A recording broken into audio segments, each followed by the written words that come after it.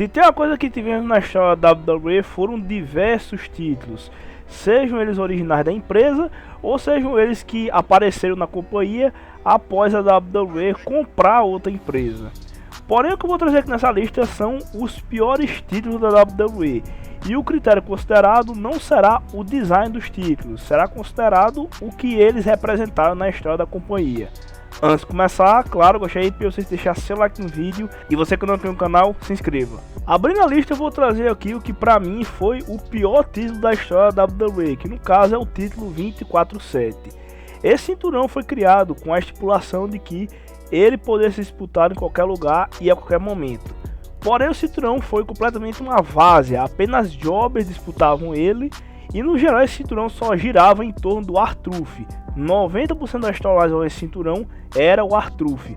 Para não dizer que era só o R-Truth, em alguns momentos o Drake Maverick participava de alguns segmentos com esse cinturão, mas no geral o cinturão só ficava para o R-Truth.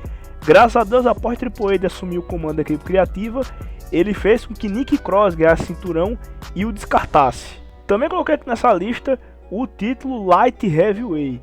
Poucos devem lembrar desse cinturão. Esse cinturão ele estava aí na WWE mais ou menos nos tempos da Attitude Era. E esse cinturão já rodou diversas empresas. Uma delas foi a UWA, outra foi a MPW e a outra foi a New Japan Pro Wrestling. E foi lá que esse cinturão é lembrado por muitos. Porém, ele teve sim uma passagem pela WWE e na WWE não pôde ser muito bem aproveitado. Para vocês terem uma ideia, o seu primeiro campeão foi o Taka Michinoku. E daí logo em seguida a gente teve como campeão o Christian, que aí sim alguns devem lembrar porque esse, diga-se de passagem, foi o primeiro combate do Christian na WWE. E sim, o primeiro combate do Christian, que é zoado por ser sombra do Edge, ele já tinha ganhado o cinturão em seu primeiro combate. E daí teve campeões que poucos lembram. Teve aí o Gilbert, que é a cópia mal feita do Goldberg. Teve o Essa Hills, o Dean Malenko, Scotty 2 Hotty, Dean Malenko, Crash Holly, Jerry Lynn, Jeff Hardy, X-Pac, Tajiri, X-Pac de novo. E por fim, em 2002, ele acabou sendo desativado.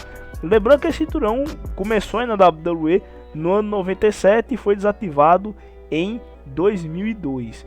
No geral, se vocês pegarem aí, teve um outro nome que foi até interessante pegar esse cinturão. Só que poucos lembram que esse cinturão teve passagem pela WWE.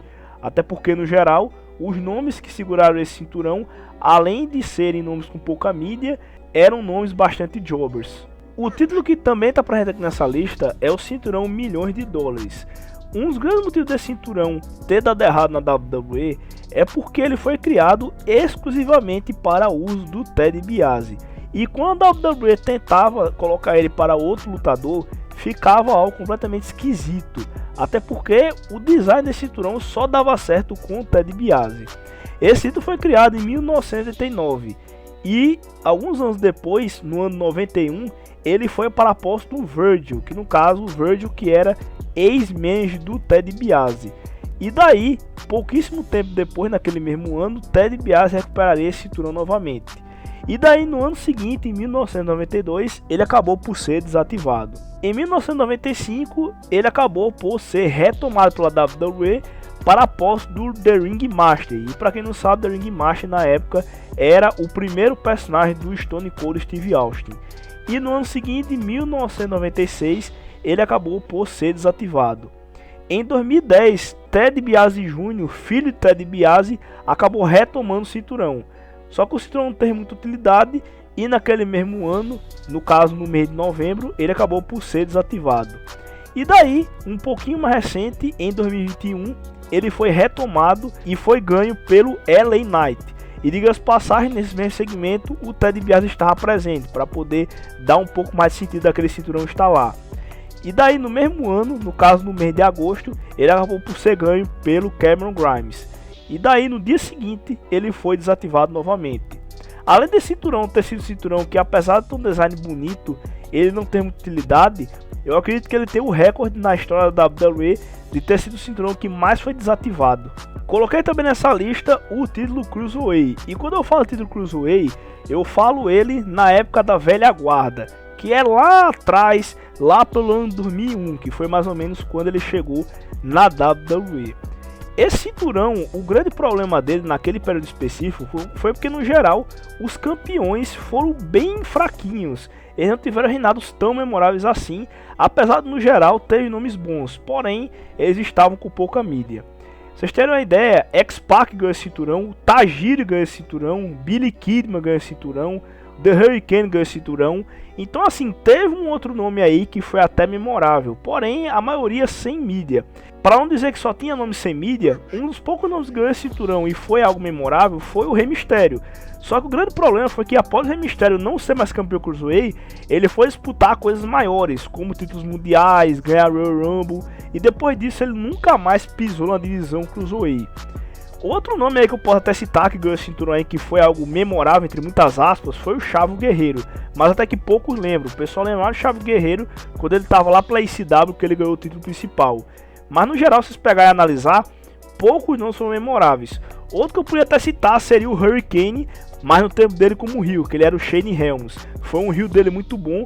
E diga-se passagem, muitos gostaram dele porque ele ganhou várias vezes cinturão e fez reinados como heel muito memoráveis. Mas que no geral ali esse cinturão foi um cinturão aí que era mais para aqueles jobbers que apanhavam muito e poderem ganhar alguma coisa e não ficarem sem ganhar nada. Não é à toa que todos os nomes que ganharam esse cinturão de campeão Cruiserweight, ou quase todos, eram tratados como chacota pela WWE. Pra vocês terem uma ideia, o Tajiri, quando ele é campeão Cruiserweight, ele chegou a perder para o Val Venis por submissão ainda, diga-se passagem. O Val Venis, para quem não lembra, era um cara que entrava de toalha para lutar. Então, pra vocês terem uma ideia como que a divisão Cruiserweight naquela época era tratada como chacota. Quando o cinturão voltou, que no caso foi aquele design roxo, a divisão em si teve até um pouco mais relevância, né? Com o Neville, com o Austin Aries participando da divisão. Então foi uma divisão um pouco mais relevante. Porém, naquela época ali em específico, na velha guarda, foi, na minha concepção, um dos piores cinturões na história da WWE.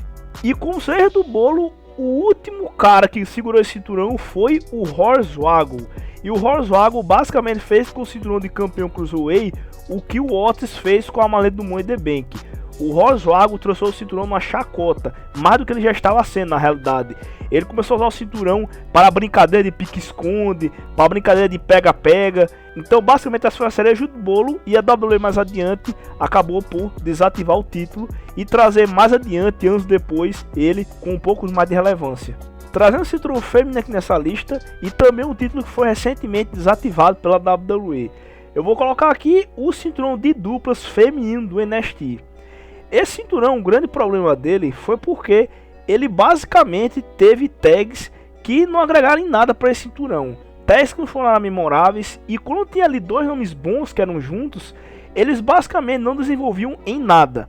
Para vocês terem uma ideia, uma tag que tinha um grande potencial para ter um bom reinado por esse cinturão e poder agregar bastante a ele foi Alba Fyre e Isla Dawn, que diga-se passagem foram as últimas campeãs desse cinturão.